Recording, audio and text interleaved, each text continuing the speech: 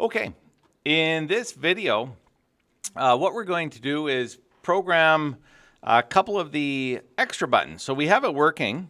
So if I do 5 plus 5, there you go, 10. But now what I want to do is let's start with the clear all and clear buttons and just a quick review of what I need to do there. So I'm going to go to my code, and the first thing I want to do, looking on my code, is let's do the clear button. By the way, sometimes I'll look at what buttons I need to do, and I'll program it in such a way that I'll just define the function, because I know I'm going to need it, and I'll just put a comment what I'm going to do, and then I'll write pass, which will give it a pass. So it won't do anything, it'll just, it won't crash the program. And so that way, when I go down here, I wrote some to-dos here, so I need to do the clear and clear all, I need to do the decimal, but I already came up with what the function was going to be when I did it. So for decimal, I was going to have a decimal pressed. For negative, I haven't done those yet. But I can come up with a function that I've got up here ready to go. So let's look at the clear one. So what I'm going to do for the clear one is just going to simply delete the display. So we've done that before, so that's really easy. And I'm just going to copy and I'm going to paste. And so what I can do is I can say when I press the clear button, text display.delete all the characters in the display. So that's done. So I can go down here and I can say it's done. Oh, I've got to do the clear all. So let's go to the clear all. So clear all, I want to do the same thing, clear the display, but I also need to reinitialize all the variables that I did. So what I'm going to have to do is I'm going to have to take all the global variables, and I want to, which are all listed right up here, and I want to reset them to 0. So I can pretty well just copy and paste, but before I copy them, I need to use this keyword global. So I've got first number, I've got second underscore number, I've got operation, which for some reason I put a capital there. I should really have fixed it. And I will probably do so when I do my final edits of this, but for now I'm just going to leave it lowercase or capital O operation. Final answer, and I'm going to use those. Great. And so what am I going to assign to initialize those values? I'll just copy it right from here, and all their values now, so I need to make sure they're all indented and are coming under this function. So in this function, we clear the display. That's what we did here. Then we call upon our global variables to say, hey, these are the global variables we're going to change, and then we're going to change them all to 0. So now if I run the program, I'm confident it'll work. Let me run it, and you'll see that if I go 5, I can go clear, the display's cleared. If I go 5 times 3, and I go clear all, I can do it again. I can say 5 divided by 3, and there you go. Oh, I'm not sure why it went back to 0. I'll have to debug that too. But it should have worked. I'm pretty confident it has. I'll check in another video. So I'm going to go down here and say it's done. So I'm going to now erase the comment I had that said to do, clear and clear all. I've done them. So let's presume that they're working. Okay, next is the decimal button. And the decimal button, you think, oh, that's going to be easy. All we do is we simply add a dot to whatever's at the end of the display. So let's go to the decimal one. And this one, we've done it before. We're going to take a temporary variable. So first thing I want to do is store a temporary variable. So what I'm going to do is, just like we've done, I can copy from another function here. Current display value is equal to get whatever's in the text box. And then you would simply think that all we're going to do is we clear the text box and then we add a dot to it, just like we did right down here in button clicked. So it's going to be very similar, except for we know the value we're going to add is going to be a decimal. So clear the display and then make the display the current value plus put a dot at the end. So let's run this and see what happens. And when I run it, at first, it looks like it works great. I've got a 5 here. And so if I go 5.3 plus 5, 10.3. Perfect. Looks like it's working great. But here's the problem. Let me go 5, and suppose I hit dot a couple of times. What number is 5.5.03.4? That's not a number. So this would cause a problem, and my program would crash. So there's one slight problem in here. We can't just add any old dot.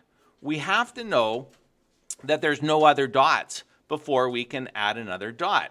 So what we're going to do is we're going to use the find command. So I'm going to put a comment in here and say, use the find method and search for a dot. And notice we're searching for a dot, not a decimal. And the difference between this is a text box holds a string. And so that's actually what we're looking at here. And so current display, my variable current display, is equal to the text box. That's a string. So that's why we can use this find string method. So I can say if the current display value variable equals, so double equal sign, a dot find, and what we're going to find, so if my current display value, if we find a dot in it, that would give us the position of where the dot is. There's one position that means it doesn't exist, so I'm going to say is equal to -1. So that means it's not found. So I'll put a colon here, and then if it's not found, then I want to add a dot to it.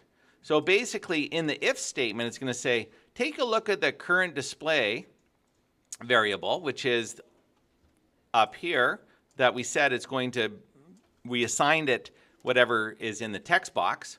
So if whatever is in the text box, if when we use the find method and we can't find a dot, that means it equals -1, then we're going to erase the display and we're going to remake the display adding the dot to it.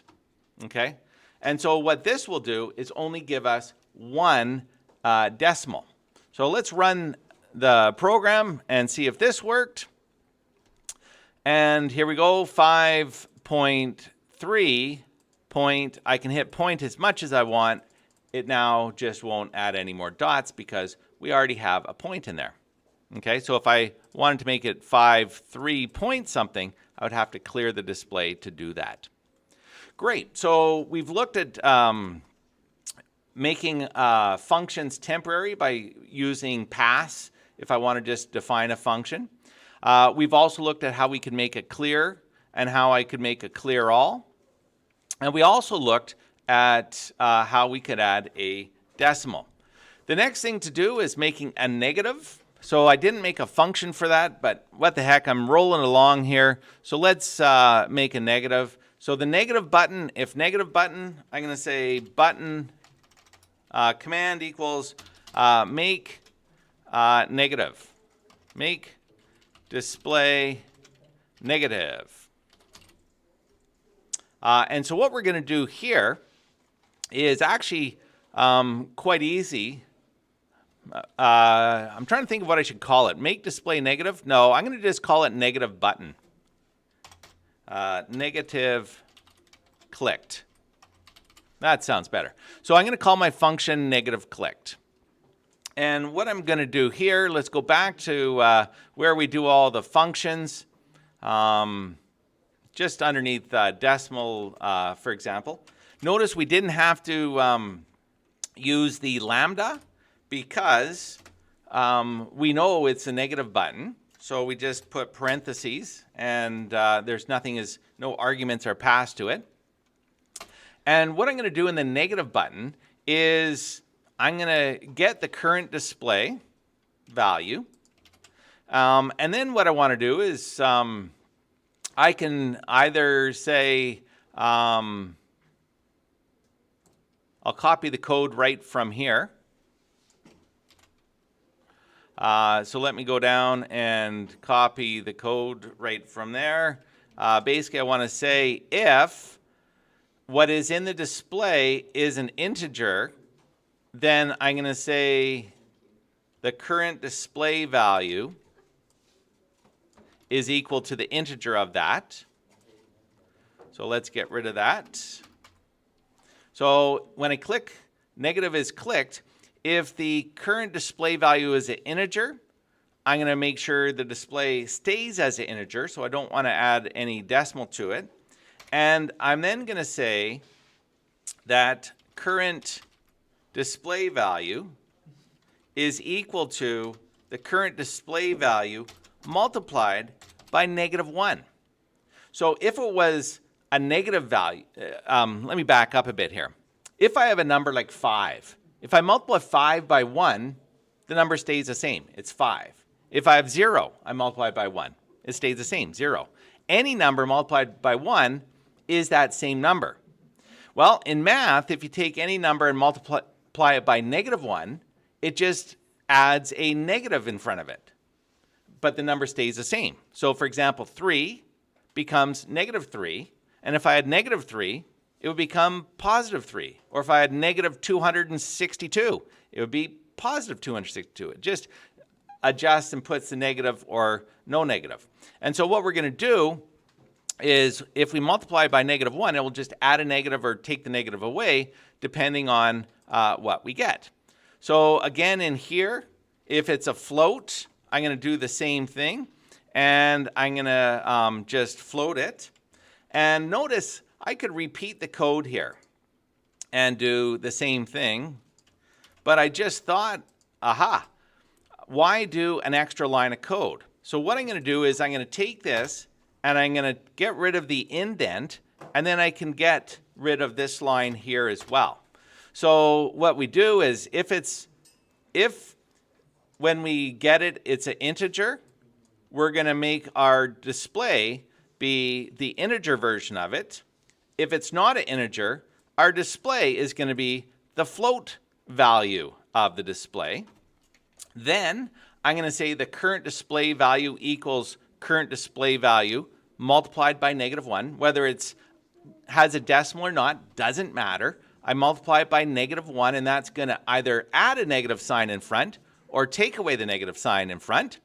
And then, just like we've done before, I can clear the text box. I'll just copy the code here, and I can clear the text box, and then I can display in the text box the current value. Okay, and so this will make the negative button either make the display negative or not negative every time we click it. So let's run this one here and just run the module and see what happens. And so if I have 5, if I hit the negative button, it should update to -5, and I don't know why it didn't. Because it's current. It's weird. After else, you put current instead of just current. Oh, current, thank you. Sloppy copying and pasting. So here we go. We'll run it again. Thank you very much. I had a student who saw my, was following along. Terrific. So let's try it again. So here I've got a 5. I go negative. It becomes a -5. I say, oops, I don't want it to be -5. And I can toggle this as much as I want, and it will either make the number negative, or if it's a negative number, it'll make it positive. So I think that wraps up most of those things. And then I go back down here, and I would say, great, I've done my to-do for the negative, and we're pretty well done. Last thing to do, and I've made this video long, so I'm going to stop right here, but is the backspace. And again, what you're going to do with the backspace, it's going to be very similar to what we did with the decimal. We're going to turn the display into a string, And then we're going to use the string function where we're going to take a look at the length of the string, and we want to then just turn our value into the string minus 1 from the length. And we used the parentheses. Remember, we used start at 0 and we go to a ending point in a string. Remember when we did that? If not, take a look at a video and see if you can do that one on your own.